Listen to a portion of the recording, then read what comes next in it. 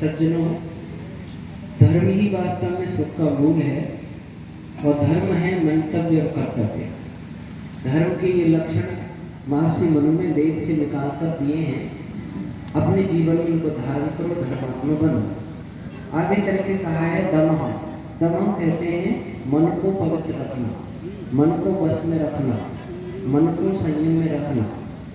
हमारे अंदर एक मन रूपी यंत्र है जिससे हम संकल्प विकल्प करते हैं। दुनिया भर का अपार व्यापार इंद्रियों के माध्यम से करते हैं। जो मन है उसको शुद्ध करने के लिए ऋषियों ने हमें वेदांत शास्त्रों का उपदेश दिया। महर्षि दयानंद जी ने तो यहाँ तक कहा कि शाम को जब हम शयन करें तो 6 मंत्रों का पाठ करके सुनना चाहिए। और वो मंत्र हैं ओम यज्जाग्रतो दूरमदैवम तदसुप्तस्य दैवैति दूरम मनम ज्योतिषां ज्योतिरेकम तन्मे मनः शिव संकल्पमस्तु। ये पहला मंत्र है। ऐसे 6 मंत्र हैं और 6 मंत्रों में चौथा हिस्सा इसका है तन्मे मनः शिव संकल्पमस्तु। इन मंत्रों में हम प्रार्थना करते हैं भगवान, जागते हुए जो मेरा मन दूर दूर तक जाता है, जिस मन से मैं बहुत सारे स्वप्न देखा करता हूँ, जिस मन के द्वारा मैं विद्या पढ़ता हूँ, यज्ञ करता हूँ, घर परिवार चलाता हूँ, जिससे मैं वेद पढ़ता हूँ, जिससे युद्ध करता हूँ, जो ज्योतियों का एक ज्योति, समस्त इंद्रिय रूपी ज्योतियों का जो प्रकाशक एक मन है, वो मेरा मन शिव संकल्प वाला हो। सत्य के संकल्प, धर्म के, पुण्य के, परोपकार के संकल्प मेरे मन में उठें। अधर्म के, असत्य के, पाप के मेरे विचार मन में ना उठे। ऐसा शाम को सोते समय प्रार्थना करके हमें सोना चाहिए। देखो, मन से पाप होता है, शरीर से अपराध होते हैं। अगर मैं बैठा बैठा मन में चोरी आदि गड़बड़ आदि की सोच देता हूँ तो समझो मेरे से पाप हो गया, और वो काम नहीं कर पाता हूँ तो समझो अपराध नहीं हो पाया और पाप मैं कर चुका हूँ। अभी मैं आँख मूंद के बैठ के ये कहूँ ये लोग चले जाएं तो इनकी अमुक चीज चुरा के ले जाऊंगा, मैंने ये सोच लिया, ये वस्तु चुरा ले जाऊंगा, और मुझे ऐसा वातावरण मिला नहीं कि मैं चुरा सकूं, से सामान चुरा नहीं पाया, सोचा ही था, तो पाप तो मैंने कर दिया, अपराध नहीं कर पाया और उसका दंड मुझे मिलेगा। जिसके मन में गलत विचार उठते ही नहीं, वास्तव में वो स्त्री पुरुष धर्मात्मा है, और उठते हैं संभालता है, उठते हैं संभालता है, वो विकासरत है। और जिसके पाप उठते ही रहते हैं वो कितना ढेर सारे पाप करके ले जाता है, ये हम जान नहीं पाते। इसलिए मन को पवित्र रखना ये धर्मात्मा होने के लिए बहुत जरूरी है। देखो, गीता के अंदर एक प्रसंग आता है जिस समय अर्जुन का मन डामाडोल हुआ और युद्ध से पीछे हाथ खींचने लगा, तो कृष्ण जी ने कहा क्या करते हो? तो कहा मेरा मन विचलित हो रहा है, धड़कन बढ़ रही है, गांडीव से तो मैं युद्ध नहीं लड़ सकता केशव। तो उस समय कृष्ण जी ने कहा मन को संयम में करो, मन को रोको, साधो।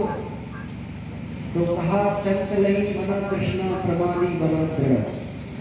हे केशव, ये मन तो वायु के वेग से भी अधिक दौड़ लगाता है, इसको मैं कैसे रोक पाऊँ, इसको साधू कैसे?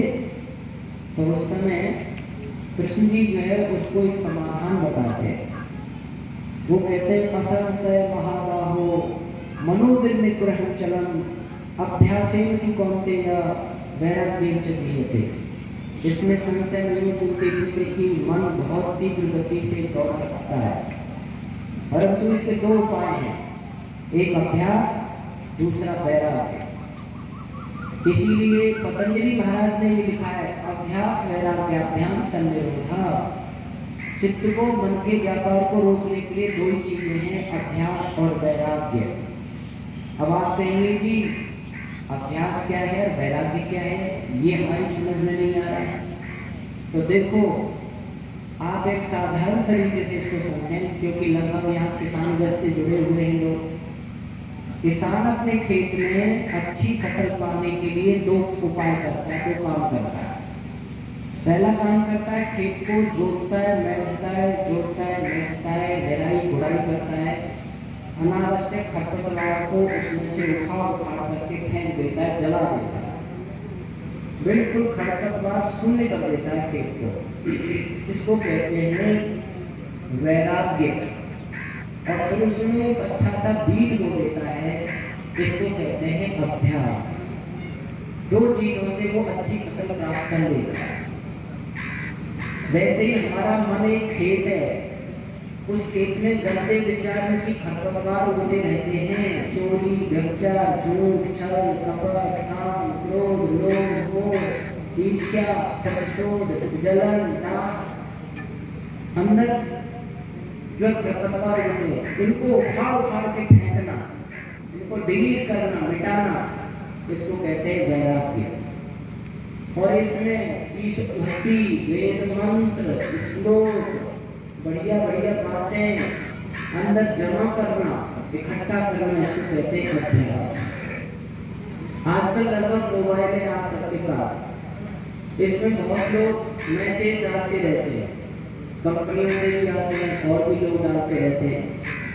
आपने मैसेज देखा, ये तो बहुत अच्छा चीज डाला है, वेद मंत्र दिया है या कोई अच्छी बात लिखी है, तो उसको क्या करते हैं आप, सेव कर लेते हैं, उसमें जमा कर लेते हैं, बार से पढ़ लेते हैं। और आपने देखा ये मैसेज तो गलत है, बिल्कुल गंदा है, तुरंत उसमें एक सिस्टम है डिलीट करने का, मिटाने का, इसे मिटा देते हैं। वैसे ही आँख कान नाक से इसमें मैसेज जा रहे हैं, अंदर अच्छे मैसेज आ रहे हैं, उनको सेव कीजिए, जमा कीजिए, और जो बुरे विचार, उनकी गंदे मैसेज आ रहे हैं, उनको मिटाने की कोशिश कीजिए, डिलीट कीजिए। दो चीजों से आपका मन पवित्र, शुद्ध और अच्छा बन जाएगा। कैसे कैसे लोग उपाय करते हैं, वो उपाय हम सबको करना होगा धर्मात्मा होने के लिए। मैं एक उदाहरण दे रहा हूँ यहाँ पे, और संभव है ये घटना सत्य हो। इतिहास की घटनाओं में पूरी खबर नहीं लगाता हूँ मैं, पर बात को हमारी को साफ करने के लिए ये पर्याप्त है। कहते हैं कश्मीर में एक गुलाब सिंह नाम के राजा राज्य करते थे, और बड़े धर्मात्मा थे, बड़े ज्ञानी थे। पिता बन करके प्रजा को पुत्र समझते हुए पालन किया करते थे। एक दिन विचार आया कि मैं अपनी प्रजा को स्वयं चल करके जानूं कि मेरी प्रजा सुखी है कि दुखी है, मेरे राज्य व्यवस्था के बारे में क्या सोचती है, गुप्त बन करके मैं ये जानकारी लूं।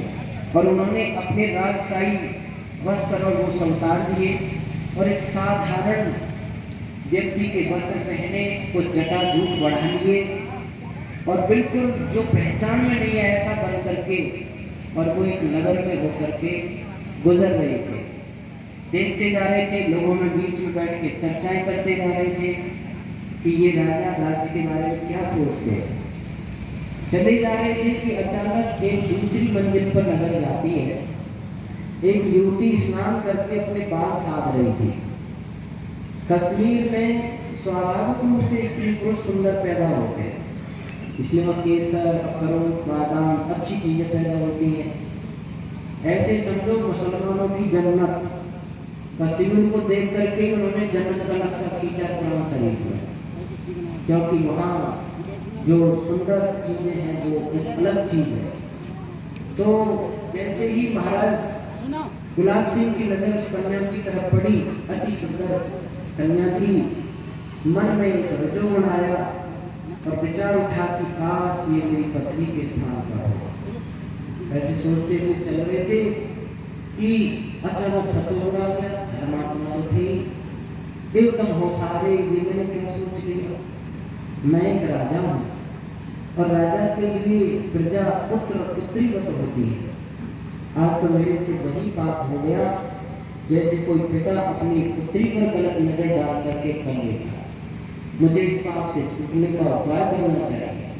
और वहां से दौड़े दौड़े अपने कुल गुरु के पास गए, जाके प्रणाम किया और निवेदन किया कि गुरुदेव, अगर कोई पिता अपने मन में अपनी पुत्री के प्रति गंदा विचार उठा ले तो इस पाप से छूटने के लिए क्या दंड लेना चाहिए, क्या प्रायश्चित करने चाहिए, शास्त्रों में क्या विधान है इसका।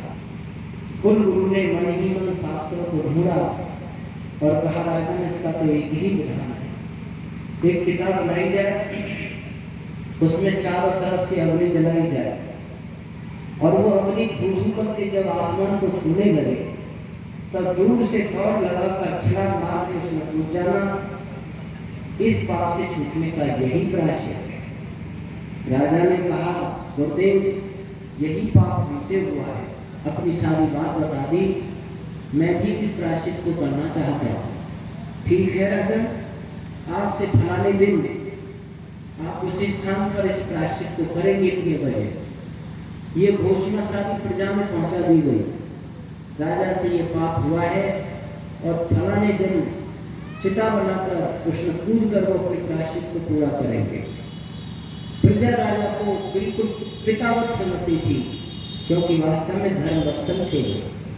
एकदम आवाज आने लगी, नहीं महाराज, नहीं महाराज, ऐसा मत कीजिए, आप वास्तव में महान हैं, धर्मात्मा हैं, ऐसा राजा हमें नहीं मिलेगा, आपसे कोई भूल नहीं हुई, आप ऐसा मत करिए। लेकिन राजा अपनी प्रतिज्ञा पर दृढ़ था। जो दिन निश्चित किया, स्थान निश्चित किया, समय निश्चित किया, वहीं जाकर चिता बनाई गई, उसमें अग्नि जलाई गई। पूरी प्रजा चारों तरफ है, सबकी आंखों में आंसू हैं, सभी मना कर रहे महाराज ऐसा मत कीजिए, मत कीजिए। जब चिता धू कर जलने लगी तो गुरुदेव ने कहा राजन प्रायश्चित पूरा करो। जब ये सुना तो एकदम जो है राजा तैयार खड़े थे और वो दौड़ करके ऐसे छलांग मार के जब अग्नि में कूदने को हुए तो कुल गुरु ने ऐसे कमर पकड़ के राजा को पीछे खींच लिया। पीछे मुड़ के देखा तो गुरुदेव ने कहा गुरुदेव मुझे अपना पाप का प्रायश्चित करने दो, आपका प्रायश्चित पूरा हुआ राजा। आपने तो कहा था कि दौड़कर छलांग मार के कूदने पर होगा। हाँ राजन, आपने मन से पाप किया था, शरीर से अपराध नहीं किया था राजा।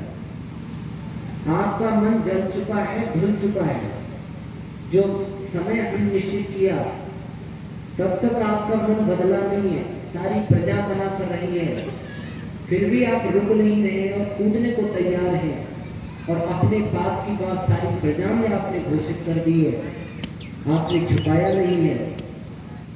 आपका प्रायश्चित पूरा हुआ। अगर शरीर से अपराध कर देते तो फिर अग्नि में शरीर को जलाकर ही इस पाप से मुक्ति मिलती, क्योंकि आपने केवल मन से ही सोचा था, शरीर से अपराध तो नहीं किया था।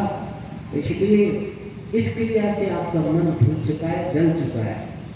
अर्थात इतना तक व्यक्ति ध्यान देगा तब व्यक्ति धर्मात्मा बन पाएगा। धर्म केवल बाह्य आडंबर नहीं है, बाह्य पूजा पाठ ही नहीं है, अंदर से हमें धर्मात्मा बनना है। मेरा मन भी गलत विचार न उठा पाए। एक बात यहाँ ध्यान देना, अगर मैंने अपने पाप को समझ लिया कि मेरे अंदर ये है और मैंने उसका दंड स्वयं ले लिया तो भगवान दोबारा दंड नहीं देगा। अगर मैंने जो पाप किया है उसका दंड मेरी माँ ने दे दिया, मेरे पिता ने दे दिया, मेरे गुरु ने दे दिया या राजा ने दे दिया, मेरी जेल कर दी, मेरे को फांसी दे दी, मेरे को उम्र कैद कर दी, तो भी मेरा पाप उसका फल मैंने भोग लिया, दोबारा भगवान नहीं देगा, पूरा पूरा भोग लिया। और जब मैं नहीं देता हूँ, माँ बाप का पिता नहीं देते, गुरु नहीं देते, राजा भी नहीं देता, फिर भगवान दंड देता है। एक बात और ध्यान देना, दंड हमेशा हमारी भलाई के लिए होता है। जो भी दंड दुख हमारे सामने आते हैं वो हमारी सफाई, आत्मा की धुलाई करने आते हैं, अंतःकरण की मलिनता को साफ करने। देखो, अगर वस्त्र में गंदगी लगी हुई है तो इसको साफ कैसे करते हैं? सरफ साबुन लगाएंगे, रगड़ते हैं, जितना टेढ़ा दाग होगा उतना टेढ़ा। बहुत सी माताएं तो डंडे मारती हैं, डंडे मारती हैं, पानी डालती हैं, फिर डंडे मारती हैं। जितनी चोट और रगड़ा दें तो वो काला बटवा छूट जाता है। तो ये रगड़ा क्या है? ये दंड है। ऐसे ही हमारे को चांटे पड़ते हैं, अंदर दुखी होते हैं, कोई बहुत आपदाएं आ जाती है तो आत्मा की धुलाई समझो, किसी पाप का फल भूतान समझो, भगवान के द्वारा दिया जा रहा है, इसलिए दुख आने पर परेशान नहीं होना चाहिए। तो मेरा कहने का मतलब, हमें इतना ज्ञान, ये तो मैं स्वयं ही करूंगा अंदर से कि मेरे से अब पाप का विचार हो गया, अब अच्छा हो गया, ये दुनिया के लोग नहीं देख पाएंगे। धर्म एक शासन है जो मुझे मर्यादाओं में रखता है, और जिसके दिमाग में धर्म नहीं हो तो कुछ भी सोचेगा, कुछ भी करेगा, चाहे वो कितना ही पूजा पाठ कर ले और मन में गंदे विचार उठाता है। इसलिए गीताकार में भी लिखा है, कर्मेंद्रियाणि संयम्य यः आस्ते मनसा स्मरन् इंद्रियार्थान विमूढ़ात्मा मिथ्याचार सच्चते। बाहर से तो आदमी कर्मेंद्रियों को संयम में दिखाता है, लोगों के सामने बड़ा धर्मात्मा, बढ़िया राम नाम दुपट्टा पहन लेता है, तिलक छापे कंठी माला लगा लेता है, फिर पूजा पाठ कर लेता है, लोगों की नजर में बड़ा धर्मात्मा बहुत जी आदमी, और अंदर से गंदे विचार उठाता रहता है। वो कहते हैं गीताकार ये मूढ़ है, अज्ञानी है, मिथ्याचार सोचते, भीतर व्यवहार कर रहा है, ये चोर है, दुनिया को धर्मात्मा दिखा रहा है, अंदर से अधर्म के विचार उठा रहा है। इसीलिए हमें अंदर से धर्मात्मा बनना है। तुलसीदास जी ने कहा ना, मन मलिन तन सुंदर कैसे, विष रस भरा कनक घट जैसे। मन मलिन है, ऊपर से सुंदर है, ऐसे समझो सोने के पात्र में जहर भरा हुआ। इसलिए बाहर का दिखावा धर्मात्मा के लिए आवश्यक नहीं है, अंदर से धर्मात्मा बनना होता है, मन को शुद्ध रखना होता है। और आपने ये भी सुना होगा, कबीरा मन निर्मल भया जैसे गंगा नीर, और पाछे पाछे प्रभु फिरे कहत कबीर कबीर। यानी कि अगर गंगा नीर की तरह जिसका मन निर्मल हो गया, मानो भगवान उसके पास ही है, दूर नहीं है कहीं। और एक बात और, माताएं बहनें, और एक भजन बनाया था, तेरे पूजन को भगवान बना मन मंदिर आलीशान। भगवान की पूजा केवल मन से होती है, दूसरा कोई साधन नहीं है। बहुत से लोग मंदिर में जाते हैं, फूल तोड़ते हैं, जिसको सुमन कहते हैं। फूल को क्या कहते हैं? सुमन। और मूर्ति पर चढ़ाते हैं भगवान की पूजा के लिए। देखो, फूल तोड़ना एक पाप है। फूल जो भगवान ने खिलाया है पौधे पर, उससे यज्ञ हो रहा है भगवान के द्वारा।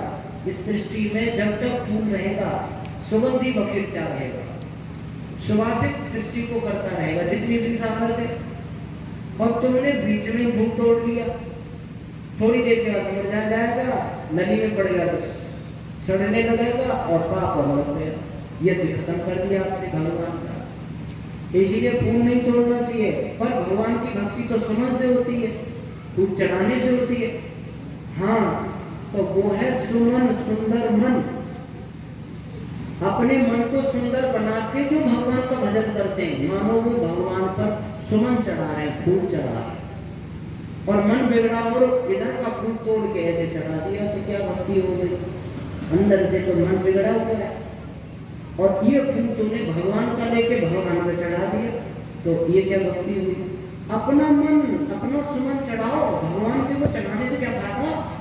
तुम्हारे पास तो मन, सुंदर मन फूल है, उससे ही भगवान की पूजा होती है। इसलिए मन को अधिक से अधिक सुंदर बनाने का उपाय करना चाहिए। एक चीज और ध्यान देंगे, बहुत से लोग कहते हैं सब मन बस में नहीं होता।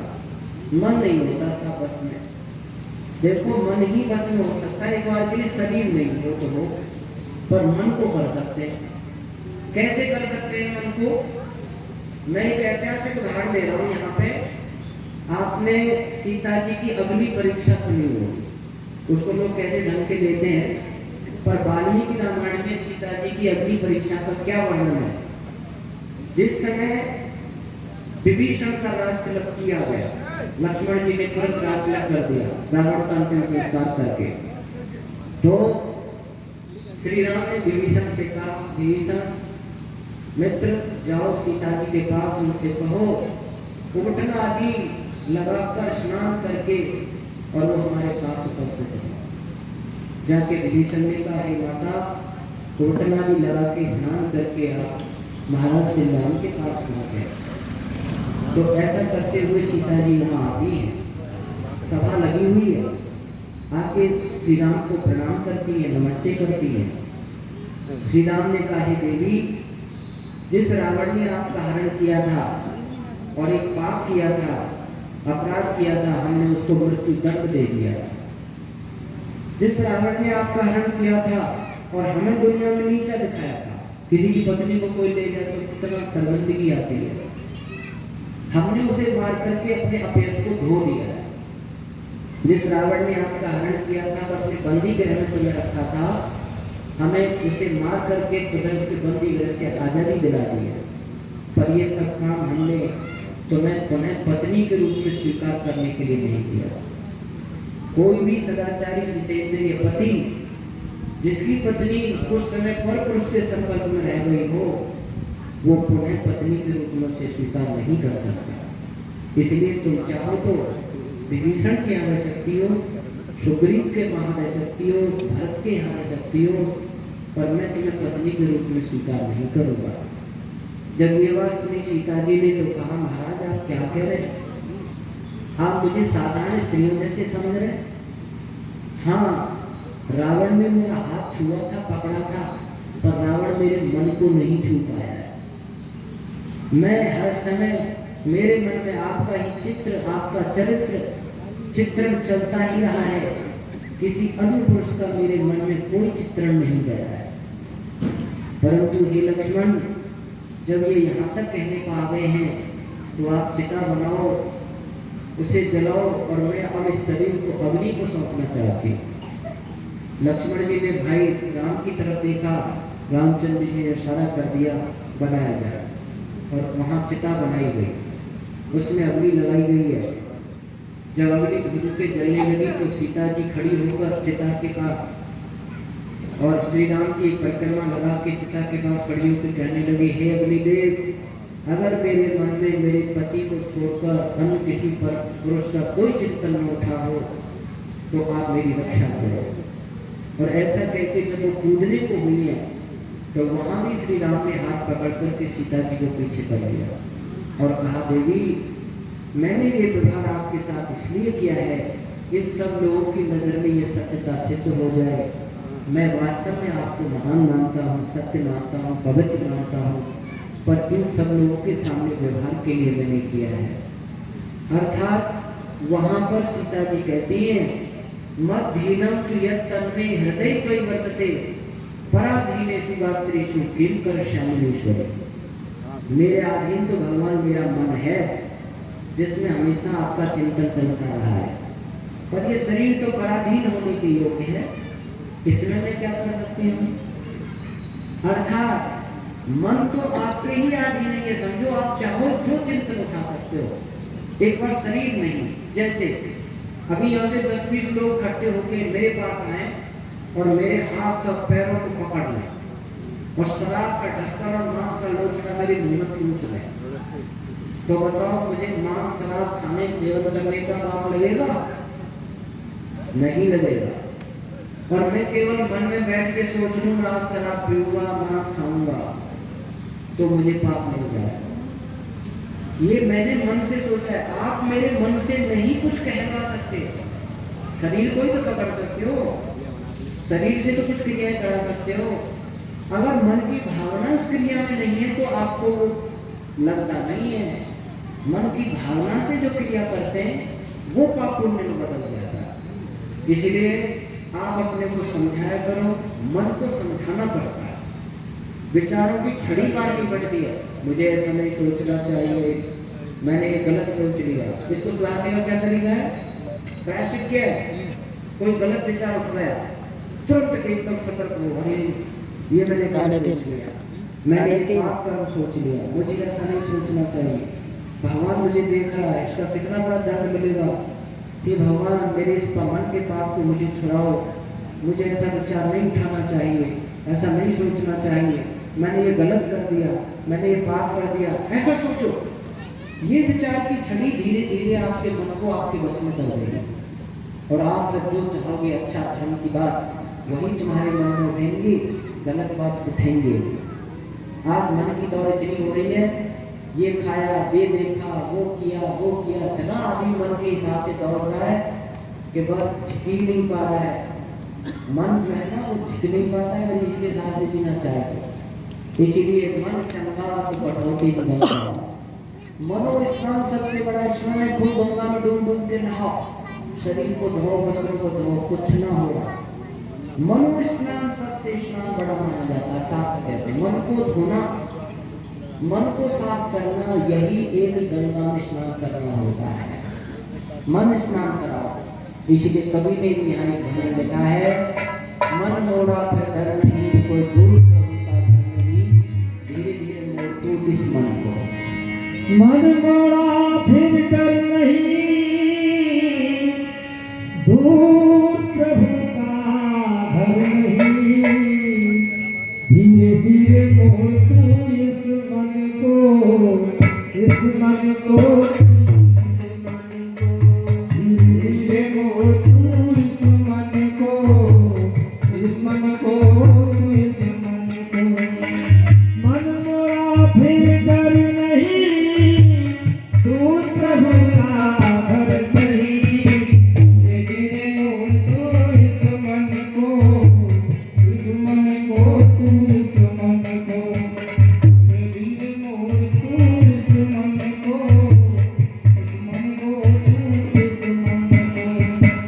मन लोभी मन कपटी मन है चोर, कहते आए ये पल पल में ओ। मन लोभी मन कपटी मन है चोर, कहते आए ये पल पल में ओ। कोई माने क्यों नादान क्यों, कोई माने क्यों नादान क्यों, गलत ऐसे कर नहीं, दूर प्रभु का घर नहीं, धीरे और तू इस मन को, इस मन को, तू इस मन को, धीरे और तू इस मन को, इस मन को, तू इस मन को। मन मोड़ा फिर डर नहीं, दूर प्रभु का घर नहीं, धीरे और तू इस मन को, इस मन को, तू इस मन को, धीरे और तू इस मन को, इस मन को। जब तक तीरथ सब होते बेकार, जब तक मन में रह के भरे विकार, जब तक तीरथ सब होते बेकार, जब तक मन में रहते भरे विकार। कुछ जान ले पहचान ले, कुछ जान ले पहचान ले, होना है विचलित नहीं, दूर प्रभु का घर नहीं, धीरे धीरे मोड़ इस मन को, इस मन को, तू इस मन को, धीरे धीरे मोड़ तू इस मन को, इस मन को, तू इस मन को। मन मोड़ा फिर डर नहीं, दूर प्रभु का घर नहीं, धीरे धीरे मोड़ तू इस मन